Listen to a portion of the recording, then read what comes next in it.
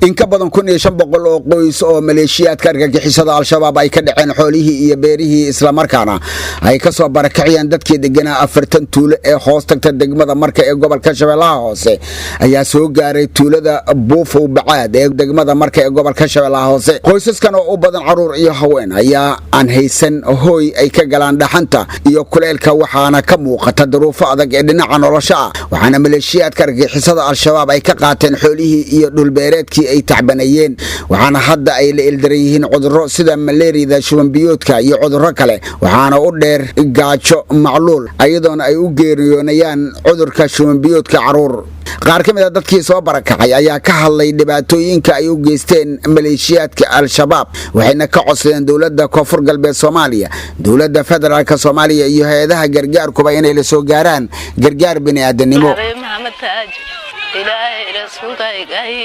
شباب جوكت انت لدهي تتجوي الإيمان نك جو إيمان وجورينا أرنج بورو لاري مر انت غني سفير سفير كخاني دنا حال اسبوع ما يشرو هاو إساق آذن فرنجلونج سبب تانك كاني الشباب هنا بركيسي كونوا للمكهايسنا راشين جيف لان جور لان يا دبق بابو هايسنا مسكولنا ندسي لا كراشين لا أنا هايست شباب نصبر سي شباب وام بدا شباب لما قال مسكال أنت قطعنا هذي أنت شباب قال مسكال أنت قطع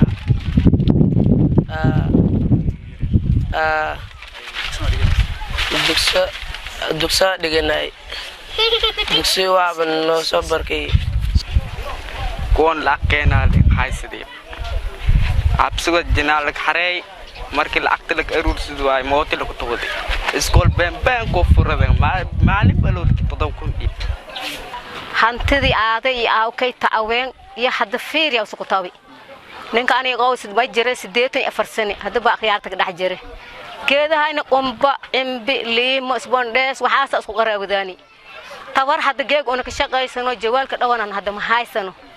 واي بأودني شاكد إله أود له تانن دبعت هذا نسوبي ما يوه بركة مع حسن علي عبدي تولد شفيل بركة أو الشباب أو جدًا كسو بركة عني بيرهن يوم مع البتكين al-shabaab ayaa mar walba waxa ay dhac dil handadaad u geystaan shacabka Soomaaliyeed ayadoo horay qoysas sidaan oo kale ay u soo barakiciyeen al-shabaab ay soo gaareen degmada marka ee gobolka Shabeellaha Hoose.